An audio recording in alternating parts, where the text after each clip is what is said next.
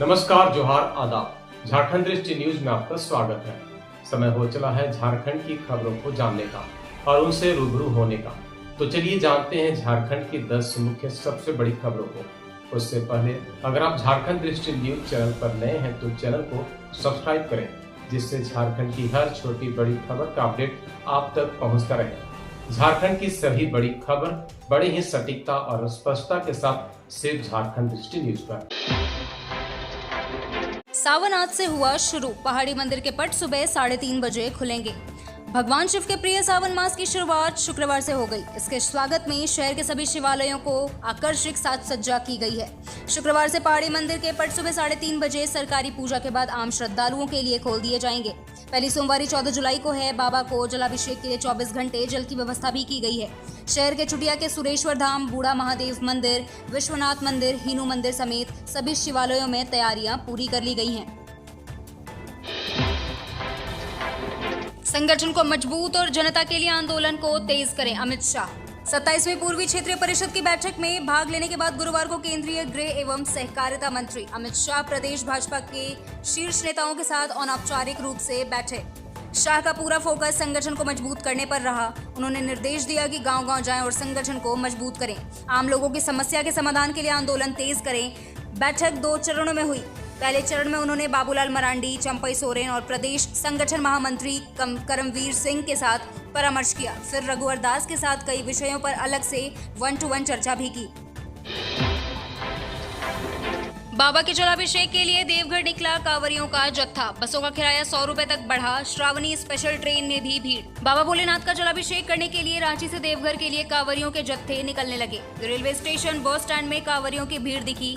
ट्रेनों में वेटिंग भी बढ़ती ही जा रही है। श्रावणी स्पेशल ट्रेन में भी कांवरियों की भीड़ रही। बिहार और बंगाल के 40 पुरुषों ने भी ली मैया सम्मान योजना की राशि। मैया सम्मान योजना में बड़ा फर्जीवाड़ा सामने आया है। बिहार और पश्चिम बंगाल के 40 पुरुषों ने भी इस योजना का लाभ लिया है। इस खुलासे के बाद अब महिला, बाल विकास और सामाजिक सुरक्षा विभाग के निदेशक विजय सिन्हा ने पूरे राज्य में जांच कराने का आदेश दिया है। उन्होंने माना कि योजना के शुरुआती दौर में स्वीकृत हुए आवेदनों में हुई गड़बड़ी है।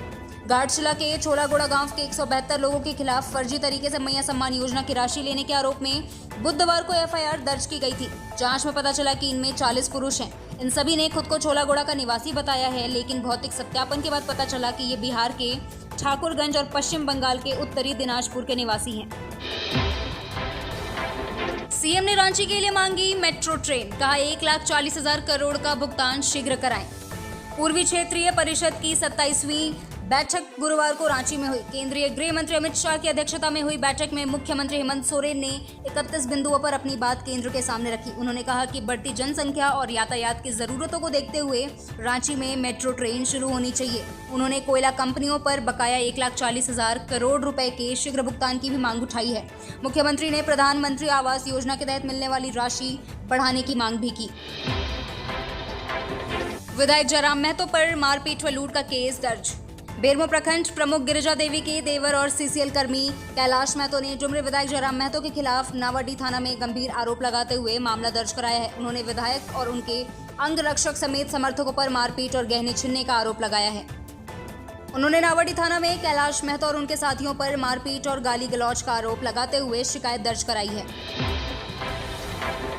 पेसा कानून को लेकर कांग्रेस में विवाद। आपस में भिड़े फुरकान और बंधु तिर्की। कांग्रेस की पॉलिटिकल अफेयर्स कमेटी की गुरुवार को ही बैठक में विवाद हो गया। पार्टी नेताओं के बीच पेसा कानून को लेकर चर्चा के दौरान पूर्व सांसद फुरकान अंसारी और पूर्व मंत्री बंधु तिर्की के बीच तीखी नोकझोंक हो गई।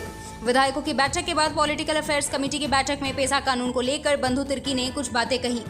यह पूर्व सांसद फुरकान अंसारी को अच्छी नहीं लगी। उन्होंने बंधु तिर्की से कह दिया कि आप आदिवासी और गैर आदिवासी के बीच मतभेद पैदा ना करें। प्रदेश कांग्रेस अध्यक्ष बने रहेंगे कमलेश के राजू। प्रदेश कांग्रेस प्रभारी के राजू ने प्रदेश अध्यक्ष केशव महतो कमलेश को पद से हटाने की संभावना को खारिज कर दिया है। उन्होंने स्पष्ट कहा कि प्रदेश अध्यक्ष को बदलने की कोई योजना नहीं है। पार्टी हाईकमान ने उन्हें काम करने के लिए पूरा समय दिया है। प्रदेश कांग्रेस कमेटी संगठन को मजबूत करने में लगी है। ये बातें उन्होंने गुरुवार को रांची प्रेस क्लब में प्रेस वार्ता के दौरान कही। के राजू ने कहा कि कुछ लोग संगठन को कमजोर करने के लिए नेतृत्व परिवर्तन की बात करते रहते हैं। रील बनाने से नाराज पिता ने नेशनल टेनिस प्लेयर बेटी को मारी 3 गोली। राष्ट्रीय स्तर पर टेनिस खिलाड़ी राधिका यादव 25 वर्षीय की गुरुवार दोपहर उनके पिता ने 3 गोलियां मारकर हत्या कर दी। पिता दीपक यादव पेशे से बिल्डर हैं। घटना के वक्त पिता पुत्री दोनों घर में अकेले थे। आसपास के लोगों ने जब गोली चलने की आवाज सुनी तो दौड़कर मौके पर पहुंचे। वहां जमीन पर राधिका खून से लथपथ पड़ी थी और पिता पास ही बैठे थे। पड़ोसी राधिका को अस्पताल ले गए, जहां डॉक्टरों ने उसे मृत घोषित कर दिया। पुलिस ने पिता दीपक को गिरफ्तार कर लिया है। प्राथमिक पूछताछ में आरोपी ने बताया कि वह बेटी के बार सोशल मीडिया रील बनाने और टेनिस एकेडमी चलाने से नाराज थे। विश्रामपुर से 4 बार विधायक रहे ददई दुबे का दिल्ली में हुआ निधन।